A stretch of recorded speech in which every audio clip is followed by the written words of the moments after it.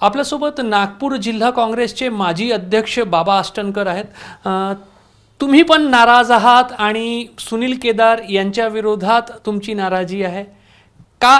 काय असं घडलं गेल्या 7-8 महिन्यात की सुनील केदार विरोधात तुम्ही कारवाईची मागणी करताय? सुनील केदारांनी या जिल्ह्यात गटाच्या राजकारणाला जे बळ देण्याचं काम केलं, त्याच्यामुळे स्वतःच्या स्वार्थासाठी अनेक पक्षांच्या सुपाऱ्या घेऊन मग शरद पवार साहेबाची राष्ट्रवादी काँग्रेस असो की मग अजित पवार साहेबाची NCP असो किंवा उद्धव ठाकरे साहेबांची शिवसेना असो किंवा एकनाथ शिंदेंची शिवसेना असो, तिथे यांनी आपले प्यादे पेरून ठेवलेले आहे. आणि मग भारतीय जनता पक्ष असो, या ठिकाणी यांचे प्यादे पेरलेले आहे.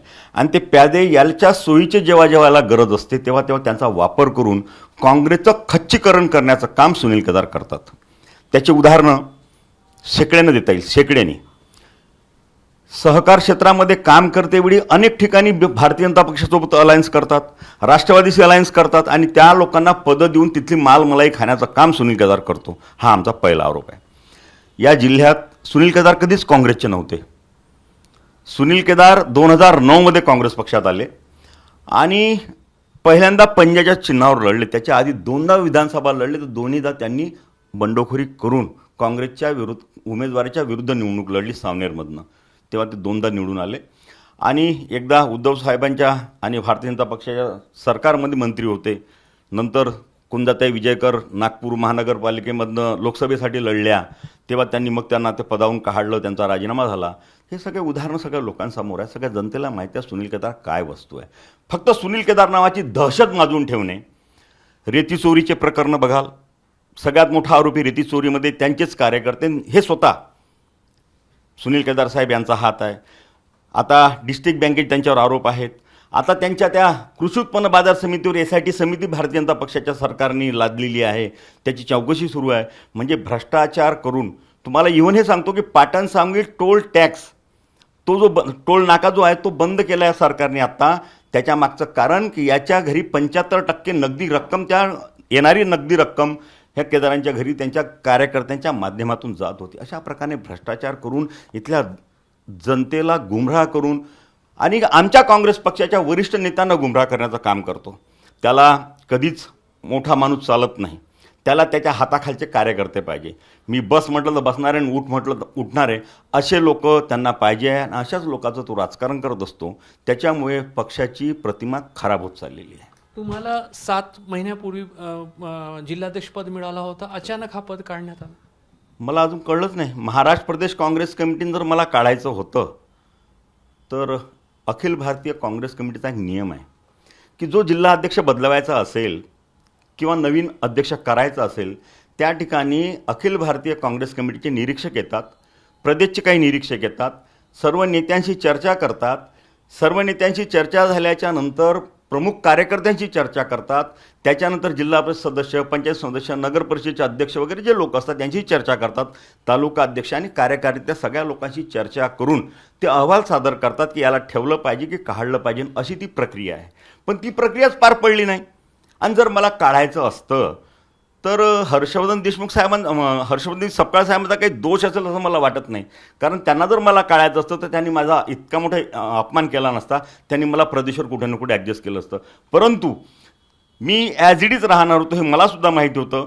पण अखिल भारतीय काँग्रेस कमिटीच्या एक महासचिव आहेत, त्यांचं नाव घेणं योग्य नाही, त्यांना यांनी हाताशी धरलं आणि त्यांना हाताशी धरून ती यादीमध्ये माझं नाव कापून त्यांचा एक कार्यकर्ता, ज्याला कुठल्याही राजकारणाचा अनुभव नाही, ज्याच्याकडे व्यक्तिमत्व नाही, जिल्ह्यात त्याची ओळख नाही, त्याच्या समाजाचा सुद्धा काही भाग नाही, तो 1% कमी त्यांची लोकसंख्या या जिल्ह्यात, आणि माझा एवढा मोठा समाज असताना माझ्या समाजाच्या सामाजिक संघटना शेकड्यानी आहेत.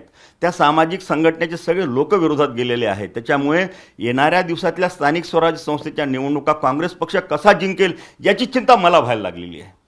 तुम्हाला काय वाटते, तुम्हाला पदावरून दूर केलं म्हणून तेली समाज काँग्रेसला पाठिंबा देणार नाही? नाही, असं होतं. यापूर्वीसुद्धा यावेळेस सोशल इंजिनिअरिंगचा प्रयोग म्हणून मला तेली समाजाचा अध्यक्ष केला. शहरामध्ये विकाजी ठाकरे साहेब हे कुणबी समाजाचे आहेत. ते अध्यक्ष आहेत. वरिष्ठांच्या लक्षात आलं की आपण सोशल इंजिनिअरिंग केली पाहिजे म्हणून ग्रामीणमध्ये तेली समाजाला मला अध्यक्ष दिलं. आणि त्याच्यामुळे आता दोन्ही जे काँग्रेस विचाराचा तेली समाज जो होता, जो BJPला कधी मतदान करत नव्हता, त्यांना थोडंसं बळ मिळालं होतं माझे अध्यक्षपद झाल्यामुळे. आणि त्यामुळे काही लोक पुन्हा आमच्याकडे जुळणं सुरू झाले होते. तेली समाजाचे मोठे मोठे लोक यायला लागले होते की बा आता चला आपल्याला न्याय मिळायला लागला आहे आणि आता आपण संधीचं सोनं करू, सगळा तेली समाज आपल्या या काँग्रेस पक्षाच्या बाजूला वळवण्याचा प्रयत्न करू, अशी जेव्हा लोकांची भावना व्हायला लागली आणि माझे सातत्यानं चालू असलेले कार्यक्रम हे सगळे बघून सुनील केदार साहेबांच्या पोटात खळखळ झाली, पोट दुखायला लागलं आणि त्यांनी हे सगळं कृत्य करून माझ्यावर अन्याय केला असा माझ्यावर आरोप आहे. काय तुम्ही भवितव्य काय पाहता येणाऱ्या जिल्हा परिषद पंचायत समिती निवडणुकांमध्ये?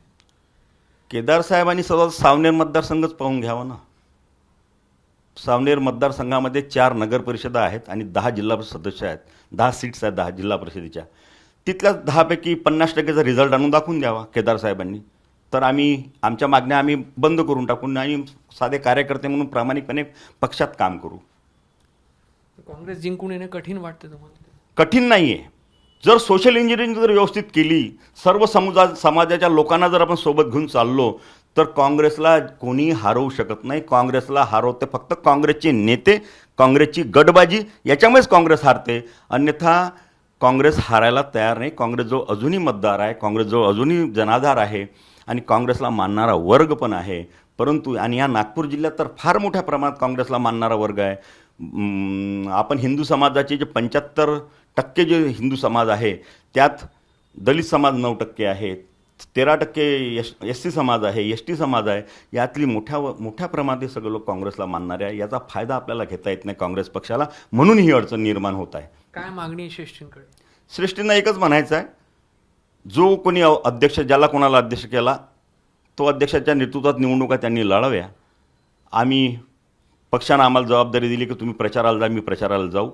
परंतु सुनील केदाराची मुजोरी आणि सुनील केदाराची हेकेखोरी आणि त्याची हिटलरशाही ही पक्षानं थांबवली पाहिजे. त्याच्यापासून हे सगळे अधिकार काढून सर्व नेत्यांना, जिल्ह्यातल्या, शहराच्या, ग्रामीणच्या सर्व नेत्यांना एकत्र बसून एक संयुक्त समिती बनवून सगळ्या सोशल इंजिनिअरिंग करून तिकीट दिल्या तरच काँग्रेस विजयी होऊ शकते, अन्यथा होऊ शकत नाही, अशी माझी भूमिका आहे. तर लवकरच जिल्हा परिषद आणि पंचायत समितीच्या निवडणुका होऊ घातलेल्या आहे आणि त्यापूर्वी नागपूर जिल्हा काँग्रेसमध्ये कुठंतरी वाद निर्माण झाल्याचं दिसून येतं आणि त्या वादाच्या केंद्रबिंदूमध्ये सुनील केदार आहे. त्यामुळे कार्यकर्ते पक्षाला जर या निवडणुकीमध्ये विजय मिळवायचा असेल तर श्रेष्ठींनी या वादाकडे लक्ष घालावं आणि जे कार्यकर्त्यांच्या मनातली कारवाई आहे ती कारवाई करण्यात यावी अशी मागणी केली जात आहे. कॅमेरामॅन अतुल हिरडेसह रजत वशिष्ठ, ABP माझा, नागपूर.